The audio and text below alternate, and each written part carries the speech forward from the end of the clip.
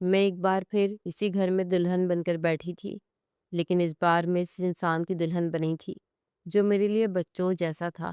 وہی کمرہ اور وہی خوشبو تھی، مگر احساسات بالکل بدل چکے تھے۔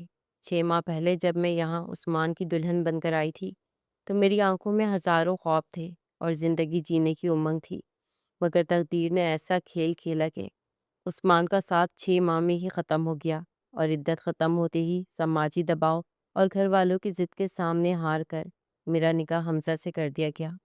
حمزہ میرا چھوٹا دیور تھا، جسے میں نے ہمیشہ ایک چھوٹے بھائی یا بیٹے کی طرح شفقت دی تھی، اور میرا دل یہ ماننے کو تیار ہی نہیں تھا کہ وہ اب میرا شوہر ہے۔ میں اپنی جگہ ساکت بیٹھی یہی سوچ رہی تھی کہ حمزہ بھی تو اس فیصلے سے ناخوش ہوگا، اور شاید وہ بھی اس رشتے کو کبھی قبول نہیں کرے گا۔ لیکن جب وہ کمرے میں داخل ہوا تو اس کے تیور بدلے ہوئے تھے۔ اس کے لہجے میں وہ ہمدردی یا لحاظ نہیں تھا جس کی میں توقع کر رہی تھی، بلکہ اس کی آواز میں ایک عجیب سی سختی اور غصہ تھا۔ اس نے میری طرف دیکھے بغیر سرد لہجے میں کہا کہ بہت ہو گیا پہلے شوہر کا ماتم، اب آ کر میرا حق ادا کریں۔ میں یہ سن کر ہکا بکا رہ گئی اور پریشانی سے بری طرح رونے لگی۔ میری آنکھوں سے گرتے آنسوؤں نے میرے دوپٹے کو بھگو دیا تھا اور میرا پورا وجود کانپ رہا تھا۔ مجھے لگ رہا تھا کہ حمزہ شاید میری تکلیف کو سمجھے گا، مگر اس کا یہ روپ بالکل نیا تھا۔ وہ اچانک میرے قریب آیا اور پھر میرا نام نادیہ ہے، اور میری کہانی کی شروعات ان دنوں سے ہوتی ہے جب زندگی صرف رنگوں اور خوابوں کا نام تھی۔ میں اور عثمان کا زن تھے۔ ہمارا بچپن ایک بڑے سے صحن میں کھیلتے ہوئے گزرا تھا۔ عثمان مجھ سے 2 سال بڑا تھا، لیکن اس کی شرارتیں اور میرا ساتھ ہمیشہ ایک دوسرے کے لیے لازم و ملزوم تھا۔ ہم دونوں کے درمیان بچپن سے ہی ایک انوکھا رشتہ تھا جو وقت گزرنے کے ساتھ ساتھ گہری پسندیدگی میں بدلتا چلا گیا۔ ہماری پسندیدگی کا یہ سفر بہت خاموش اور خوبصورت تھا۔ اسکول سے واپسی پر میرا گلی کے موڑ پر اس کا انتظار کرنا، اور عثمان کا دور سے ہی مجھے دیکھ کر مسکرا دینا میری پوری کائنات ہوا کرتا تھا۔ وہ اکثر میرے لیے چھپ کر گلاب کے پھول آتا، اور کبھی میری پسندیدہ کتاب کے اندر اپنی لکھی ہوئی چھوٹی سی تحریر چھوڑ دیتا جس میں صرف میرا نام لکھا ہوتا تھا۔ عثمان کی آنکھوں میں میرے لیے جو ستائش تھی وہ مجھے دنیا کی سب سے خاص لڑکی ہونے کا احساس دلاتی تھی۔ وہ شامیں کتنی یادگار تھیں جب ہم چھت پر ایک دوسرے کے سامنے بیٹھ کر گھنٹوں مستقبل کے خواب بنتے تھے۔ عثمان کہتا تھا کہ نادیہ، جب تم میرے نام کا جوڑا پہنو گی تو میں تمہیں دنیا کی تمام خوشیاں لا کر دوں گا۔ ہم دونوں کی دنیا ایک دوسرے کے گرد گھومتی تھی، اور کبھی کبھی ایسا لگتا تھا کہ جیسے ہم ایک ہی سانس لے رہے ہوں۔ ایک دن اچانک عثمان نے اپنا ہاتھ میری طرف بڑھایا اور دھیرے سے کہا کہ نادیہ، میں تمہارے بغیر جینے کا تصور بھی نہیں کر سکتا۔ اس دن مجھے احساس ہوا کہ یہ صرف بچپن کی پسند نہیں، بلکہ ایک ایسا بندھن ہے جو کبھی نہیں ٹوٹ سکتا۔ ہماری اس معصومیت بھرے دور میں ہر دن ایک نیا خواب لے کر آتا، اور ہم بس ان لمحوں کو جی رہے تھے۔ لیکن وہ کہتے ہیں نا کہ خوشیوں کو نظر لگتے دیر نہیں لگتی۔ ایک دن جب ہم چھت پر کھڑے ایک دوسرے کی باتوں میں کھوئے ہوئے تھے، اور عثمان میرا ہاتھ پکڑ کر مجھے وہ انگوٹھی دکھا رہا تھا جو اس نے میرے لیے خاص طور پر بنوائی تھی، تو اچانک پیچھے سے تائی جان کے پاؤں کی آواز آئی۔ ہم دونوں ہڑبڑا کر الگ ہوئے، مگر تب تک بہت دیر ہو چکی تھی۔ ان کی نظریں ہمارے ہاتھوں پر جمی تھی، اور ان کے چہرے کے تاثرات بدل رہے تھے۔ تائی نے مجھے بالوں سے پکڑا اور گھسیٹتی ہوئی سیڑھیوں سے نیچے لے گئی۔ ان کے ہاتھ کی گرفت اتنی سخت تھی کہ مجھے اپنے سر میں شدید درد محسوس ہو رہا تھا، مگر اس وقت درد سے زیادہ خوف اور شرمندگی کا احساس غالب تھا۔ عثمان بھی بدحواس ہو کر ہمارے پیچھے پیچھے بھاگا اور بار بار تائی کا ہاتھ روکنے کی کوشش کرتا رہا۔ وہ چلا رہا تھا کہ امی، میری بات سنیں، نادیہ کی کوئی غلطی نہیں ہے۔ لیکن تائی کے سر پر غصہ سوار تھا، اور انہوں نے ایک نہ سنی۔ تائی نے نیچے لے جا کر مجھے میری ماں کے قدموں میں زور سے پھینک دیا، اور غصے سے پھٹی ہوئی آواز میں کہنے لگیں کہ اپنی بیٹی کی آوارہ گردی کو سنبھال لو اور اسے لگام ڈالو، یہ میرے بیٹے کو اپنے جال میں پھنسا رہی ہے۔ میری ماں جو ابھی تک سکون سے بیٹھی سلائی کر رہی تھی، یہ منظر دیکھ کر حیران رہ گئی۔ ان کے ہاتھ سے سوئی گر گئی، اور وہ کبھی تائی کو اور کبھی مجھے زمین پر تڑپتے ہوئے دیکھنے لگی۔ صحن میں موجود باقی گھر والے بھی اکٹھے ہو گئے، اور سب کی نظریں مجھ پر ایسے جمی تھی جیسے میں نے کوئی بہت بڑا گناہ کر دیا ہو۔ میری ماں کی آنکھوں میں آنسو آ گئے، اور انہوں نے لرزتی آواز میں پوچھا کہ آپ یہ کیا کہہ رہی ہیں؟ نادیہ تو ایسی نہیں ہے۔ مگر تائی نے عثمان کی لائی ہوئی وہ انگوٹھی سب کے سامنے لہرا دی، جس نے ابھی چند لمحے پہلے میرے ہاتھ میں تھمائی تھی۔ اس انگوٹھی کو دیکھ کر جیسے پورے گھر میں ایک سناٹا چھا گیا اور میری ماں کا سر شرم سے جھک گیا۔ عثمان وہیں کھڑا سب کے سامنے بولنے لگا کہ ابا جی، میں نادیہ کو پسند کرتا ہوں اور ہم شادی کرنا چاہتے ہیں۔ اس نے بڑی ہمت سے سب کا سامنا کیا، مگر اس کے والد یعنی میرے تایا نے آگے بڑھ کر اس کے منہ پر ایک زوردار تھپڑ دے مارا اور کہا کہ آج کے بعد اس لڑکی کا نام بھی لیا تو مجھ سے برا کوئی نہیں ہوگا۔ میں زمین پر بیٹھی اپنی ماں کے پیروں کو پکڑے رو رہی تھی اور عثمان کی بے بسی دیکھ کر میرا دل پھٹ رہا تھا۔ گھر کے شور و غل میں مجھے صرف اپنی سسکیاں سنائی دے رہی تھی اور وہ خواب ٹوٹتے ہوئے محسوس ہو رہے تھے جو ہم نے ابھی کچھ دیر پہلے چھت پر کھڑے ہو کر بنے تھے۔ تائی کی کڑوی باتیں اور گھر والوں کی حقارت بھری نظریں مجھے جیتے جی مار رہی تھی۔ تائی کی تیکھی باتیں زہر بھرے تیروں کی طرح میرے دل میں پیوست ہو رہی تھی۔ میرے والد کے انتقال کے بعد تائی ابا نے ہی ہمیں اپنے گھر میں پناہ دی تھی اور ہم ماں بیٹی برسوں سے ان کے ٹکڑوں پر پل رہے تھے۔ یہی وجہ تھی کہ تائی ہمیں ہمیشہ اپنی جوتی کی نوک پر رکھتی تھی، اور آج تو انہیں ایک بڑا موقع مل گیا تھا۔ انہوں نے میری ماں کو مخاطب کر کے کہا کہ ہم نے تو یتیم سمجھ کر تم پر ترس کھایا تھا اور سر چھپانے کو چھت دی تھی، لیکن تمہاری بیٹی نے میرے ہی بیٹے پر ڈورے ڈال کر اپنی اوقات دکھا دی۔ میری ماں زمین پر بیٹھی خاموشی سے آنسو بہا رہی تھی، کیونکہ ان کے پاس سر اٹھا کر بات کرنے کی ہمت نہیں تھی۔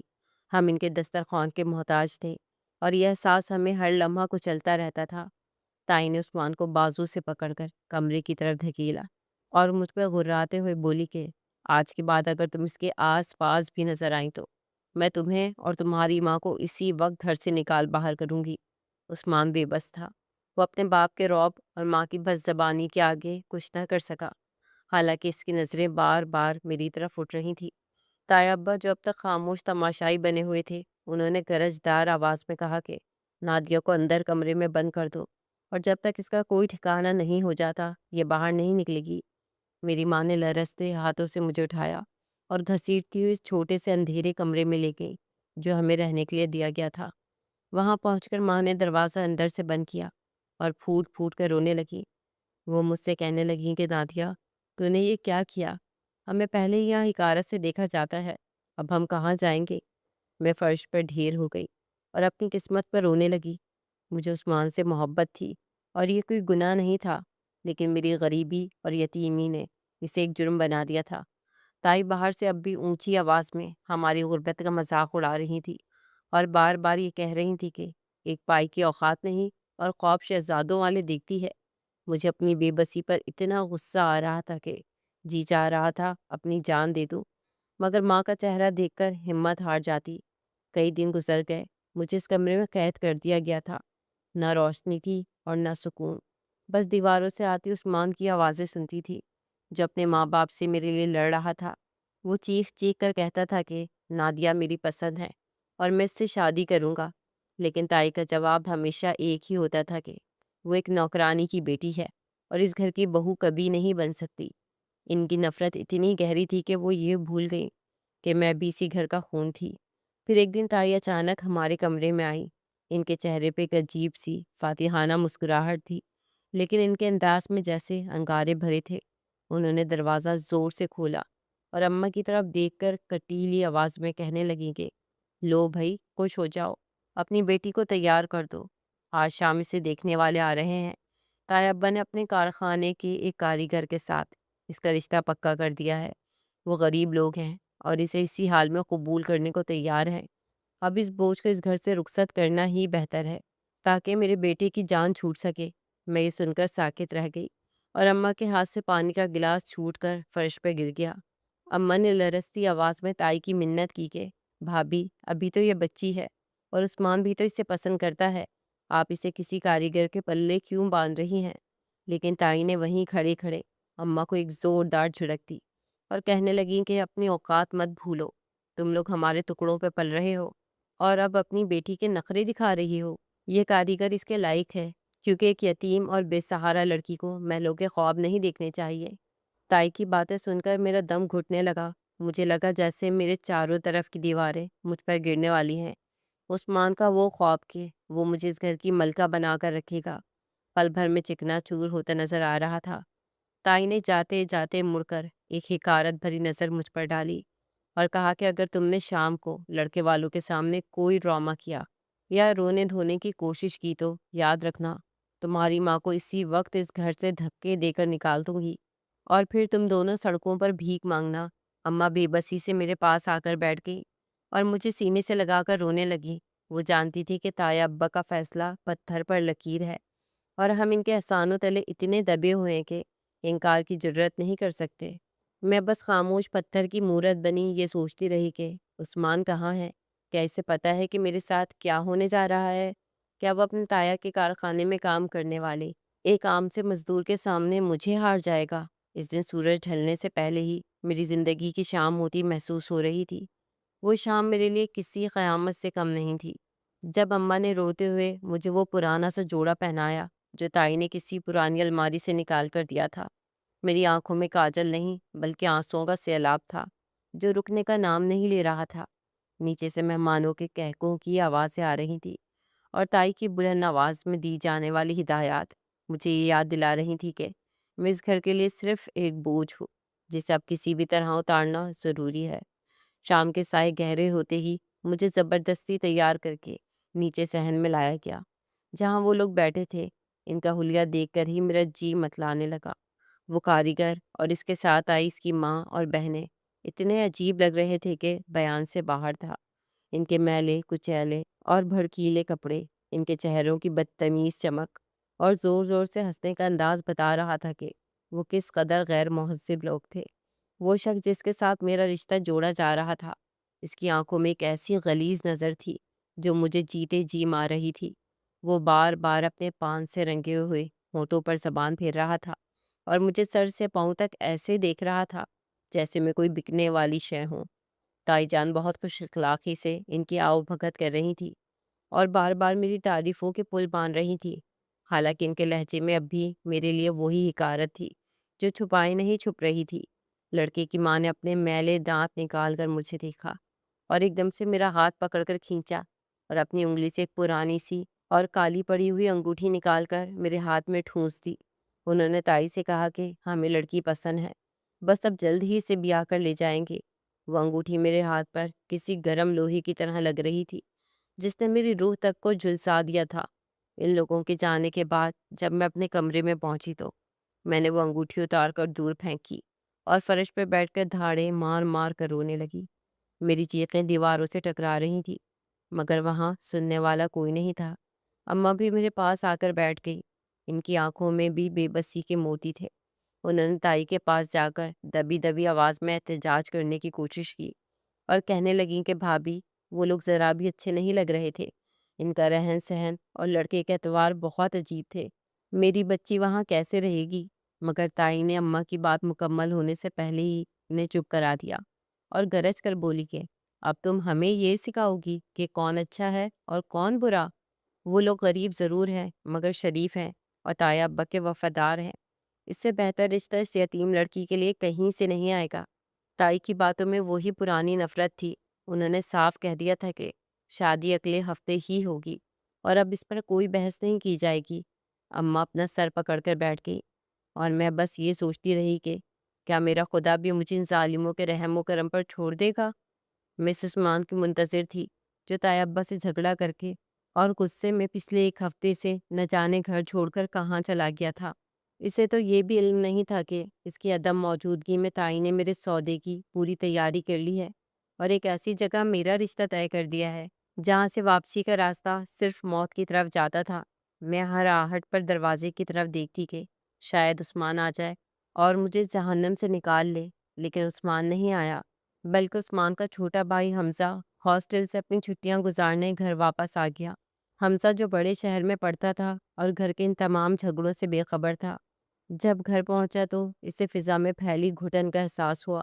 اس نے جب میری رو رو کر سوجی ہوئی آنکھیں دیکھی اور اماں کی بے بسی دیکھی تو اس سے رہا نہ گیا۔ اسے جب پتہ چلا کہ تائی نے عثمان بھائی کی پسند کے خلاف میرا رشتہ تایا ابا کے کارخانے کے ایک کاریگر سے طے کر دیا ہے تو اس کا رنگ غصے سے لال ہو گیا۔ وہ حمزہ جو سب کا لاڈلا تھا اور جس کی بات تائی کبھی نہیں ٹالتی تھی، آج پہلی بار اپنی ماں کے سامنے دیوار بن کر کھڑا ہو گیا۔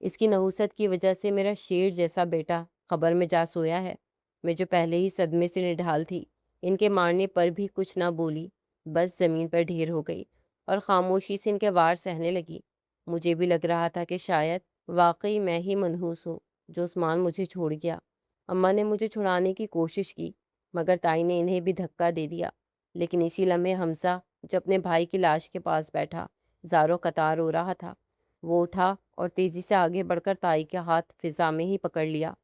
حمزہ نے زبردستی تائی کو مجھ سے دور کیا اور پہلی بار ان پر چیخا کہ ماں بس کر دیں، خدا کے لیے بس کر دیں۔ بھائی کی موت ایک حادثہ تھی، اس میں نادیہ کا کیا قصور ہے؟ حمزہ نے اپنی ماں کو پیچھے دھکیلا اور زمین پر پڑی ہوئی مجھے سہارا دے کر اٹھایا۔ اس وقت اس کی آنکھوں میں بھائی کو کھونے کا دکھ بھی تھا اور میری بے بسی پر تڑپ بھی۔ اس نے سب کے سامنے بلند آواز میں کہا کہ آج کے بعد نادیہ کو کسی نے منحوس کہا یا اس پر ہاتھ اٹھایا تو وہ مجھ سے برا کسی کو نہ پائے گا۔ تائی حمزہ کی یہ بات سن کر اور بھی تلملا گئیں اور کہنے لگیں کہ حمزہ، تو ابھی بھی اس کی طرفداری کر رہا ہے جس نے تیرے بھائی کی جان لے لی ہے۔ مگر حمزہ نے ایک نہ سنی اور مجھے زبردستی کمرے میں بھیج دیا، جہاں میں دیوار سے لگ کر بیٹھ گئی اور باہر سے آتی تائی کی بددعائیں سنتی رہی، جو اب بھی میرے برے نصیبوں کا ماتم کر رہی تھی۔ حمزہ بھائی کی موت کے صدمے میں اپنی پڑھائی ادھوری چھوڑ کر ہمیشہ کے لیے شہر سے واپس لوٹ آیا تھا، کیونکہ اب گھر کی ساری ذمہ داری اس کے کندھوں پر آ گئی تھی۔ میری عدت شروع ہو چکی تھی، اس لیے میں ایک کمرے میں بند ہو کر رہ گئی تھی۔ وہی کمرہ جو کبھی میری اور عثمان کی خوشیوں کا گہوارہ تھا، اب میری تنہائی اور آنسوؤں کا مسکن بن چکا تھا۔ میں سارا دن جائے نماز پر بیٹھی رہتی اور یہی سوچتی کہ زندگی نے مجھے کس موڑ پر لا کھڑا کیا ہے۔ انہی دکھ بھرے دنوں میں ایک اور قیامت ٹوٹی اور میری اماں خاموشی سے اس دنیا سے چلی گئیں۔ وہ پہلے ہی یتیمی اور بے بسی کی زندگی گزار رہی تھی، اور پھر عثمان کی موت اور میری بدقسمتی کے غم نے انہیں اندر سے کھا لیا تھا۔ ایک صبح جب میں انہیں جگانے گئی تو وہ جاگی ہی نہیں۔ شاید وہ میرا دکھ دیکھنے کی مزید تاب نہیں رکھتی تھی۔ اب میں اس بڑے گھر میں بالکل تنہا رہ گئی تھی، میرا دکھ بانٹنے والا کوئی نہیں تھا، اور تائی کی نفرت اب کھل کر سامنے آنے لگی تھی۔ جو ہی میری عدت کے دن پورے ہوئے، تائی نے جلد بازی میں مجھے گھر سے نکالنے کے طریقے ڈھونڈنے شروع کر دیے۔ وہ اب ایک لمحہ بھی مجھے اپنی نظروں کے سامنے نہیں دیکھنا چاہتی تھی۔ وہ میرے لیے ایک سے ایک عجیب اور گھٹیا رشتہ تلاش کر رہی تھی۔ کبھی کسی ادھیڑ عمر کے رنوے کا ذکر کرتی تو کبھی کسی ایسے شخص کا جس کی پہلے سے کئی بچے ہوتے۔ ان کا مقصد مجھے بسانا نہیں تھا، بلکہ وہ تو بس کسی طرح مجھے اپنے سر سے اتار کر پھینکنا چاہتی تھی۔ وہ چاہتی تھی کہ میں اس گھر سے نکل جاؤں تاکہ انہیں عثمان کی یاد نہ آئے۔ تائی کی اس بے حسی پر تایا ابا بھی خاموش تھے، کیونکہ وہ خود بھی اپنے جوان بیٹی کی موت کے غم میں نڈھال تھے۔ حمزہ یہ سب خاموشی سے دیکھ رہا تھا۔ وہ جانتا تھا کہ تائی میرے ساتھ جو کر رہی ہیں وہ سراسر ناانصافی ہے۔ ایک دن تائی نے کسی ایسے شخص کا رشتہ میرے لیے پیش کیا جو اخلاقی طور پر انتہائی گرا ہوا تھا اور جس کی شہرت بھی اچھی نہیں تھی۔ تائی اس بات پر بضد تھی کہ میں اسی ہفتے اس کے ساتھ بیاہ کر چلی جاؤں، اور جب میں نے انکار کیا تو انہوں نے میرا ہاتھ پکڑ کر گھر سے باہر نکالنے کی دھمکی دے دی۔ اسی وقت حمزہ ایک بار پھر بیچ میں آیا، لیکن اس بار اس کے تیور بدلے ہوئے تھے۔ اس نے تائی سے صاف کہہ دیا کہ آپ نادیہ کو اس طرح کسی بھی ارے غیرے کے ساتھ نہیں بھیج سکتی۔ تائی نے تڑک کر جواب دیا کہ تو کیا چاہتا ہے، یہ عمر بھر میرے سینے پر مونگ ڈلتی رہے؟ اگر تجھے اتنی ہی ہمدردی ہے تو کیوں نہیں اس سے نکاح کر لیتا؟ تائی کا یہ جملہ ایک طنز تھا، لیکن حمزہ نے اس چیلنج کو قبول کر لیا اور اسی وقت فیصلہ سنا دیا کہ ٹھیک ہے، پھر نادیہ کا نکاح میرے ساتھ ہوگا۔ یہ سن کر تو تائی بھڑک اٹھی اور کمرے میں جیسے آگ لگ گئی۔ وہ چیخ کر بولی کہ کیا تیری مت ماری گئی ہے جو اپنے مرے ہوئے بھائی کی بیوہ کو بیاہ کر لائے گا؟ لیکن حمزہ بھی اپنی ضد کا پکا تھا اور وہ یہ ٹھان چکا تھا کہ وہ مجھے ان ظالموں کے رحم و کرم پر نہیں چھوڑے گا۔ نہ جانے اس نے تائی اور تائی ابا کو کیسے راضی کیا، یا پھر شاید کوئی ایسی بات کہی یا بلیک میل کیا جس کے آگے انہیں خاموش ہونا پڑا۔ تائی کا چہرہ غصے سے کالا پڑ رہا تھا، مگر حمزہ کے فیصلے کے سامنے ان کی ایک نہ چلی۔ حمزہ نے وقت ضائع کیے بغیر اسی دن قاضی کا انتظام کیا اور چند گواہوں کی موجودگی میں میرا نکاح پڑھوا دیا گیا۔ میں ایک بار پھر دلہن بن کر اسی کمرے میں بیٹھی تھی، لیکن اس بار نہ دل میں کوئی خوشی تھی اور نہ آنکھوں میں کوئی سپنا۔ میرے لیے سب کسی ڈراؤنے خواب جیسا تھا۔ میں تو حمزہ کو ہمیشہ عثمان کا عکس سمجھتی تھی، اسے ایک چھوٹے بھائی کی طرح چاہا تھا، اور آج وہ میرا شوہر بن چکا تھا۔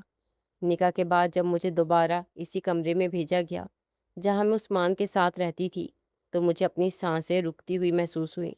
وہی دیواریں، وہی بستر، لیکن انسان بدل گیا تھا۔ میں سر جھکائے بیٹھی رو رہی تھی کہ اچانک دروازہ کھلا اور حمزہ کمرے میں داخل ہوا۔ میں نے سوچا تھا کہ وہ آ کر مجھے تسلی دے گا، کہے گا کہ یہ سب اس نے مجھے تائی کے ظلم سے بچانے کے لیے کیا ہے اور ہمارا رشتہ صرف کاغذ کی حد تک رہے گا۔ مگر حمزہ کے قدموں کی چاپ میں وہ پہلے جیسی نرمی نہیں تھی۔ اس نے قریب آ کر جس سرد مہری سے میری طرف دیکھا، اس نے میرا خون خشک کر دیا۔ وہ حمزہ جو کل تک میرا محافظ بنا ہوا تھا، آج اس کی آنکھوں میں ایک عجیب سی تپش تھی۔ اس نے میرے قریب آ کر وہی جملہ دہرایا جس نے میری روح فنا کر دی، کہ بہت ہو گیا پہلے شوہر کا ماتم، اب آ کر میرا حق ادا کریں۔ میں ہکا بکا رہ گئی اور میری ہچکیاں بن گئی۔ میں نے لرزتے ہوئے اس کا ہاتھ پکڑنا چاہا کہ حمزہ، تم یہ کیا کہہ رہے ہو؟ تم تو میرے چھوٹے بھائیوں جیسے ہو۔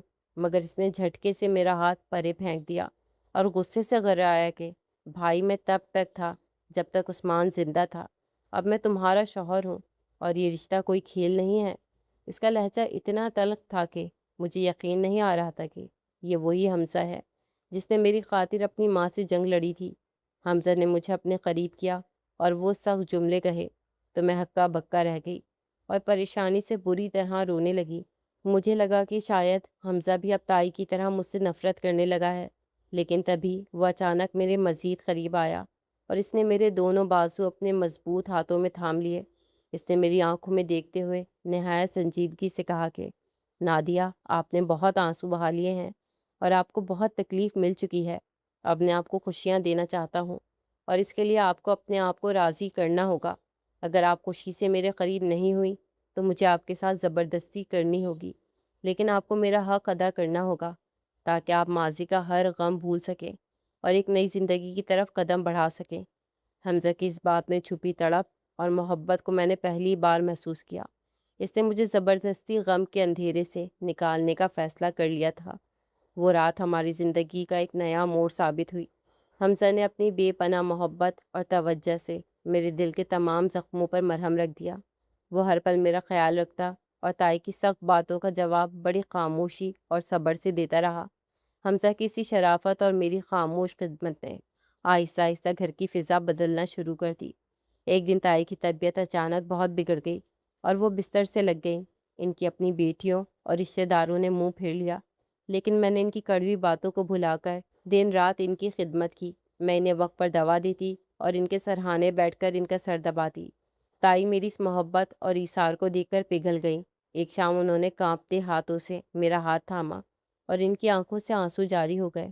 انہوں نے روتے ہوئے مجھ سے معافی مانگی اور کہا کہ نادیہ، میں نے تمہارے ساتھ بہت برا کیا، مگر تم نے ثابت کر دیا کہ تم اس گھر کی عزت ہو۔ تائی ابا نے بھی حمزہ اور میرے رشتے کو دل سے قبول کر لیا اور تائی کے بدلتے ہوئے رویے نے گھر میں ایک بار پھر وہی رونق لوٹا دی جو عثمان کے جانے سے ختم ہو گئی تھی۔ اب تائی مجھے اپنی بہو نہیں بلکہ اپنی بیٹی کی طرح چاہتی تھی اور پورے گھر میں میری بات کو اہمیت دی جاتی تھی۔ حمزہ کی وہ سختی دراصل ایک ایسی دیوار تھی جس نے مجھے بکھرنے سے بچا لیا تھا۔